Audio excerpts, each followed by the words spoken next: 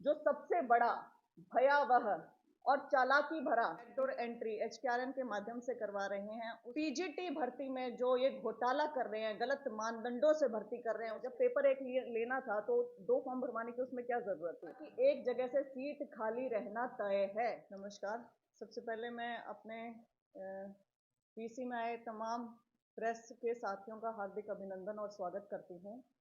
आज हम जो ये प्रेस वार्ता करने वाले हैं वो शिक्षक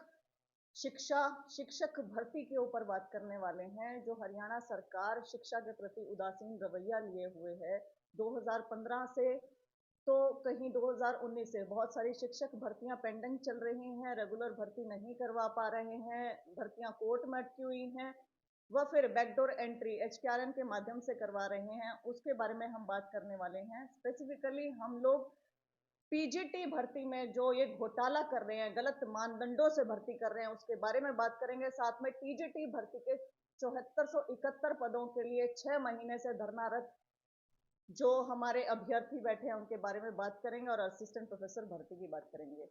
बिंदुवार तरीके से मैं उठाती जाऊंगी एक एक करके। 2019 से पीजीटी की भर्ती न करवा पा रही खट्टर दुष्यंत सरकार कभी हवाला देती है इसे एचएसएससी करवाएगी, कभी हवाला देती है एचपीएससी करवाएगी। उसके बाद किसी तरीके से 2023 में ये भर्ती विज्ञापित होती है।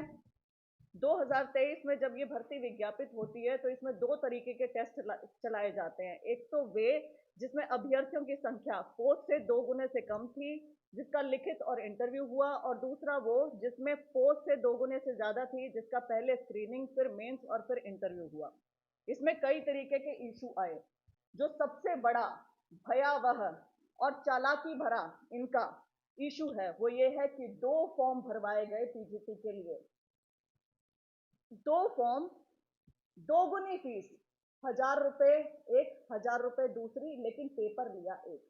2 फॉर्म कैसे? एक हरियाणा कैडर, एक मेवात कैडर, 1000 रुपए दोनों के भरवाए, लेकिन पेपर एक ही दिया। जब पेपर एक लेना था तो 2 फॉर्म भरवाने की उसमें क्या जरूरत थी? फिर रिजल्ट दिए 2।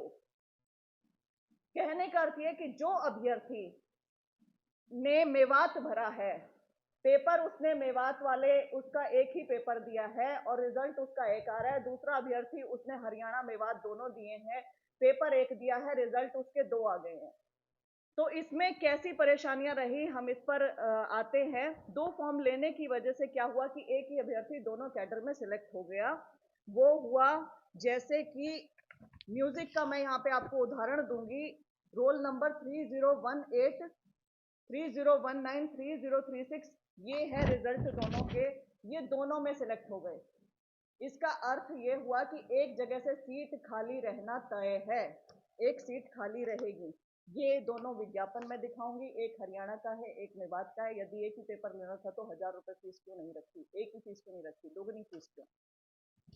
इसीलिए हमने ये 2 दिन 3 दिन पहले की एक खबर है, हम जो ये पढ़ रहे हैं ना, खाली सीटें रह जाती हैं, ये इनकी इन हरकतों की वजह से भी रहती हैं। जो ये एडीओ में 600 इन्होंने पद रखे थे, फिर 50 ही भरे, 550 पद खाली रह गए, उसका यह भी कारण रहा। लिखित परीक्षा में 35% की इन्होंने शर्त अनिवार्य रखी कि किसी के 35% आएंगे तो ही उन्हें इंटरव्यू में बैठने का मौका दिया जाएगा। लेकिन हरियाणा सरकार हमारे बच्चों को नाकाबिल, नाकारा साबित करने में जुटी हुई है। जैसे कि हरियाणा के मुख्यमंत्री कहते हैं कि हरियाणा के लोग तो कंधे से ऊपर कमजोर हैं, तो इन्होंने बच्चों को पास ही नहीं किया।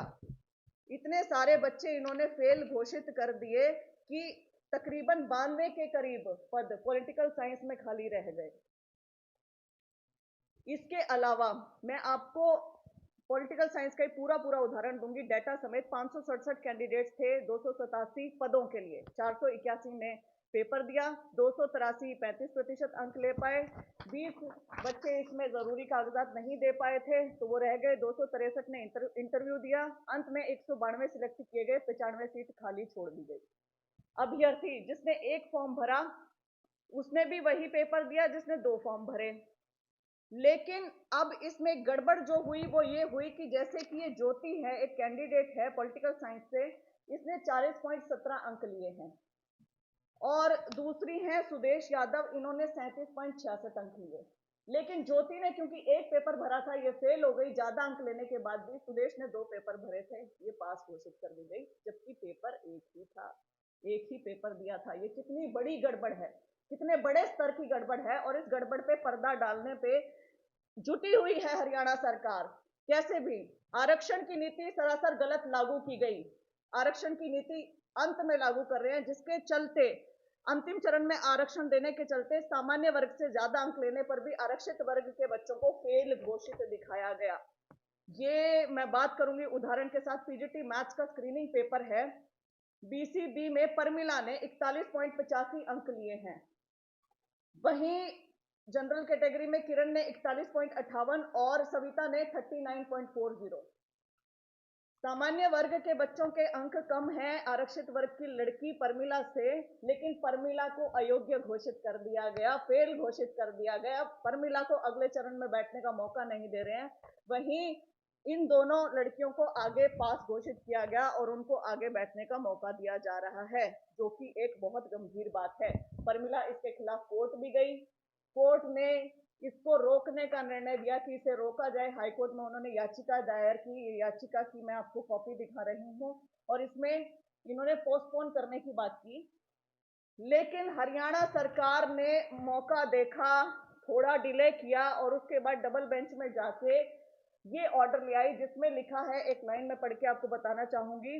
मिस्टर महाजन, जो कि एजी हैं हमारे हरियाणा सरकार के, has stated that petitioner Parmila can participate provisionally in both the examination subject to final decision in the writ petition. कहने का अर्थ है कि इन्होंने ये कहा, चलो परमिला को अलाउ कर देते हैं, परमिला पेपर दे पाएगी और हमें आगे पेपर लेने की अनुमति दी जाए।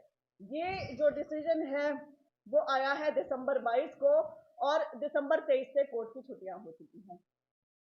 यहां मेरा एक सवाल है सरकार से, जब आप परमिला को अलाउ कर सकते हैं जिसके ज्यादा अंक है पेपर देने के लिए, तो परमिला जैसे अनेकों बच्चे हैं जो सामान्य वर्ग से ज्यादा अंक लिए बैठे हैं, उन सबको भी अलाउ किया जाए पेपर देने के लिए। आप उन्हें क्यों नहीं अलाउ कर रहे हैं? उनका भी तो बनता है यहाँ पे।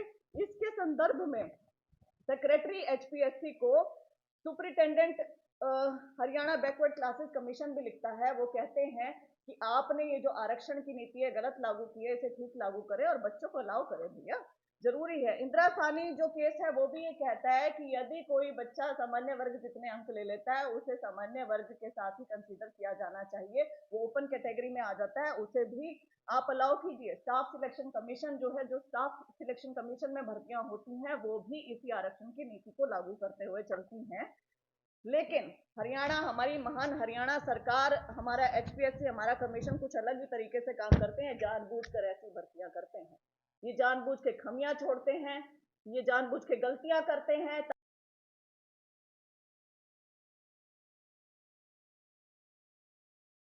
मुख्यमंत्री साहब ने बोली थी, तो मैं मुख्यमंत्री साहब को ये सीधा कहना चाहूंगी कि आप गलतियां ना करें ना, आप खामियां ना छोड़ें। और यदि आप खामियां छोड़ते हैं, गलतियां करते हैं, तो उनकी पैरवी भी कीजिए, वहां जाके वहां खड़े होकर इन बच्चों का साथ भी दीजिए। लेकिन नहीं देते हैं ये लोग। अब एक और जो इसमें बहुत बड़ा मुद्दा चल रहा है वो है ईडब्ल्यूएस कैटेगरी का। ये एक पॉलिसी इन्होंने बनाई थी कि इकोनॉमिक वीकर सेक्शन के बच्चों को भी ये 10% आरक्षण देके लगाएंगे।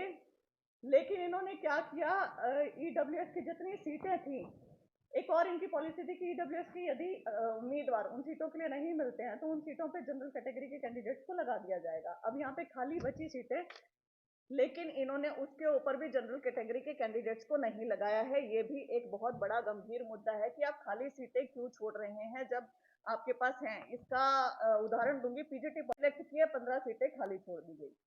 पीजीटी कंप्यूटर साइंस का भी एक मामला सामने आया, जिसमें बीटेक जिन अभ्यर्थियों ने कर रखा था उन्हें पीजीटी देने की अनुमति दी गई थी, लेकिन इसके खिलाफ बच्चे ही कोर्ट में चले गए। अनिवार्यता ये थी, अनिवार्यता मैं आपको दिखाऊंगी, ये है। कुछ बच्चे कोर्ट में चले गए और कहा एनसीटीई के रूल्स के मुताबिक नहीं है। सरकार ने वहां अपनी गलती मानी, सरकार ने कहा ठीक है, हम इसको ऐसे नहीं लेंगे, हम इनको हटाते हैं। तो फिर आप इन बच्चों का एस्टेट क्यों ले रहे थे? अब तक 2019 से ये बच्चे तैयारी कर रहे हैं, शिक्षक बनना चाहते हैं कंप्यूटर साइंस के, आपने इन्हें शुरुआत से ही क्यों नहीं बताया? ये अपना जीवन का कोर्स वो सोचे बैठे थे कि हम ऐसे करेंगे। आप एस्टेट की इनसे फीस वसूल रहे हैं, हजार हजार रुपए इनसे ले रहे हैं, इनसे हर साल एस्टेट करवा रहे हैं, हर साल ये क्लियर कर रहे हैं। लेकिन अब आप ठीक है पल्ला झाड़ रहे हैं तो झाड़ रहे हैं। ये एस्टेट की भी ये चीज मैं आपको दिखाना चाहूंगी। ये तो थी तमाम बातें पीजीटी के ऊपर। कि आपने सिर्फ पैसे इकट्ठे किए, आपने कम अंकों वालों को मेवात में घोषित कर दिया, उसी पेपर में ज्यादा अंक लिए बैठे वो अयोग्य घोषित हो गए। आपने रिजर्वेशन की पॉलिसी गलत लगाई, जिससे सामान्य वर्ग का बहुत ज्यादा नुकसान हुआ है, क्योंकि अंत में रिजर्वेशन लगाने की वजह से आरक्षित सीटें खाली रह गई और जनरल कैटेगरी पे आरक्षित वर्ग के बच्चे आ गए। आपने इनके बारे में बिल्कुल भी नहीं सोचा है, और अब भी भर्ती करवाने पे उतारू हैं, जो कि भर्ती गलत मापदंडों से हुई तो कल ये बच्चों की नौकरी जाने का बहुत ज्यादा खतरा बना रहेगा। जो दूसरा महत्वपूर्ण इशू है वो 7471 पदों के लिए जो एडवर्टीजमेंट 2/2023 आई थी उसका है। इनकी सारी प्रक्रिया पूरी हो चुकी है, लेकिन कोर्ट में 2 मामले हैं जो विचाराधीन है, जिसके ऊपर हरियाणा सरकार पेश ही नहीं होती है। तारीख पे तारीख मिले जा रही है, वहां ढंग से पैरवी ही नहीं की जा रही है, जिसके चलते ये अभ्यर्थी बहुत ज्यादा प्रताड़ित है। 6 महीने से डीवी हो जाने के बाद भी ये धरने स्थल पे बैठे हुए हैं, अपने लिए आवाज उठा रहे हैं। ये अब तक बहुत सारे धरने प्रदर्शन कर चुके हैं, 22 जिलों के डीसी से मिल चुके हैं, 2 बार सीएम से संवाद कर चुके हैं, 25 बीजेपी के एमएलए से मिल चुके हैं, 10 बीजेपी के एमपी से मिल चुके हैं, आरएसएस के पदाधिकारियों से मिल चुके हैं, विधानसभा में मुद्दा उठ चुका है। आपको मैं क्या बताऊं कि इन्होंने जितना जो कुछ हो सकता है, जितने प्रदर्शन धरने प्रदर्शन में अगर इनका दिखाऊंगे, अखबार भरे पड़े हैं इनके लिए, जितना ये कर सकते हैं उतना ये इन्होंने किया है इन बच्चों ने, लेकिन इनको कोई भी अब तक सुनवाई नहीं हो रही है। सरकार पैरवी ही नहीं कर रही है, कोर्ट में ही नहीं जा रही है, सरकार अटकाए जा रही है और इनके मामले चलते चले जा रहे हैं। लेकिन सरकार क्या करती है ये जरूर दिखा देती है कि 11,000 शिक्षक नियमित और 9,000 ये करेंगे। अरे भैया, तुम्हारे रेगुलर वाले बच्चे बेचारे धक्के खा रहे हैं कि हमें रेगुलर लगा दो, तुम्हारी भर्ती पूरी हो चुकी है, लेकिन तुम फिर बाद में कहते हो कि हम HKRN के माध्यम से इन्हें भर्ती करेंगे, और HKRN के माध्यम से इनकी भर्ती की जो कवायद है वो शुरू भी हो चुकी है। तो जो सरकार का मोटा मोटा हमें लग रहा है, असिस्टेंट प्रोफेसर का मैं बताऊंगी 2015 से मामला लंबित चल रहा है, कोई भर्ती नहीं हो रही है, 2019 से कोई भर्ती नहीं हो रही है, और इसके लिए भी इन्होंने अब हवाला दिया है कि जितने ये अपने कॉलेजेस हैं उसमें असिस्टेंट प्रोफेसर की कमी है, असिस्टेंट प्रोफेसर को इसलिए हम HKRN के माध्यम से देंगे। HKRN क्या है? हरियाणा कौशल रोजगार निगम, जो कि सेमी स्किल्ड या अनस्किल्ड लोगों को लेने के लिए बना हुआ है। यदि सेमी स्किल्ड अनस्किल्ड की जगह पे आप गजेटेड पोस्ट पे भर्तियां HKRN के माध्यम से करने लगे तो इसका क्या अर्थ है? HKRN में मेरिट के आधार पे कोई अंक नहीं दिया गया है, HKRN में आय के आधार पे अंक मिल रहे हैं। आय के आधार पे आप असिस्टेंट प्रोफेसर भर्ती करेंगे, आय के आधार पे आप पीजीटी जैसी पोस्ट पे भर्ती कर रहे हैं, तो आपकी शिक्षा को लेके क्या नीतियां है उसके ऊपर सवाल उठता है, आपकी शिक्षकों को लेके क्या नीतियां उसके ऊपर सवाल उठता है, और आप कितने अगंभीर हैं और कितना उदासीन रवैया आप लिए बैठे हैं उसके ऊपर सवाल उठता है। साथ ही जब आप HKRN के माध्यम से इन बच्चों की भर्ती करेंगे तो कल को साल भर के लिए भर्ती होती है, ये लोग भी खड़े हो जाएंगे कि हम तो जी हमें पक्के कर दो, हम तो कच्चे हैं, हमें तो सेम पे सेम वर्क सेम पे मिलना चाहिए, सेम रिम्यूनरेशन। तो आप एक पेंडोरास बॉक्स खोल रहे हो, आप इन लोगों को केवल और केवल प्रताड़ित कर रहे हो। आपकी शिक्षा शिक्षकों शिक्षा को लेके तो कोई आपकी पॉलिसी है ही नहीं, लगी नहीं रही है, आपकी रोजगार को लेकर भी कोई पॉलिसी नहीं है। आपके जो शिक्षा मंत्री हैं वो ही गिनती नहीं जानते हैं, इसलिए मुझे ऐसा लग रहा है कि शिक्षा के जगत में ऐसी पॉलिसीज बनाई जा रही हैं जिनका कोई औचित्य नहीं है। अब आपके सवाल। इसमें ट्रांसफर तक नहीं कर रहे, ट्रांसफर अटकी पड़ी है, जितने भी टीचर्स हैं वो दूर दूर भेज दिए गए अपनी फैमिली के लिए। ये कहा गया था कि ऑनलाइन ट्रांसफर पॉलिसी बहुत बढ़िया रहेगी, और ऑनलाइन ट्रांसफर पॉलिसी में पता नहीं हम क्या कर देंगे, लेकिन उसमें भी ना ये तो कहते तो हैं खर्ची पर्ची और ये सब कुछ, ये डडल्ले से चल रहा है, ऐसा कुछ नहीं है, और अटका देते हैं चीजें। और आपने बिल्कुल सही कहा, और ये केवल शिक्षा के जगत में नहीं है, मैं आपको बताऊं वेटरनरी की पोस्टें आप उठा लो, कोई भी आप कोई भी छोटी मोटी जिनकी भी ऑनलाइन ट्रांसफर होती है, सब में यही हो रहा है, सब में ऐसे कर रहे हैं। उसकी काफी दिनों से आप 3 बार इन्होंने स्टेशन करवा लिए, लेकिन अभी लास्ट में बिल्कुल लास्ट में आगे कुछ लोग जो दूर जा रहे थे। ये आपने बड़ा कमाल का मुद्दा मुझे याद दिला दिया, जेबीटी की आप जो भर्ती की बात कर रहे हैं, इनका भी एक बहुत बड़ा मामला है। ये बच्चे बहुत ज्यादा आवंटित नहीं किए गए हैं। आवंटित नहीं किए गए हैं, परमानेंट स्टेशन आवंटित नहीं किए गए हैं। ये बहुत दूर दूर अपने घर से बाहर दूर बिठा रखे हैं, इन लोगों को लेके नहीं आ रहे हैं, पास नहीं लेके आ रहे हैं। और ये बहुत बार लिखित में दे चुके हैं, बहुत बार ये गुहार लगा चुके हैं। क्या सीएम को नहीं पता, क्या इनके मंत्रियों को नहीं पता, क्या इन्हें नहीं पता कि ये सारे मुद्दे इंपॉर्टेंट है, क्या ये नहीं जानते? लेकिन ये अगंभीर है। सबसे पहले लाइन में नहीं बोलती है, अगंभीर है, उदासीन है, इन्हें बच्चों से कुछ लेना देना नहीं है, इन्हें टाइम पास करना है, टाइम पास कर रहे हैं।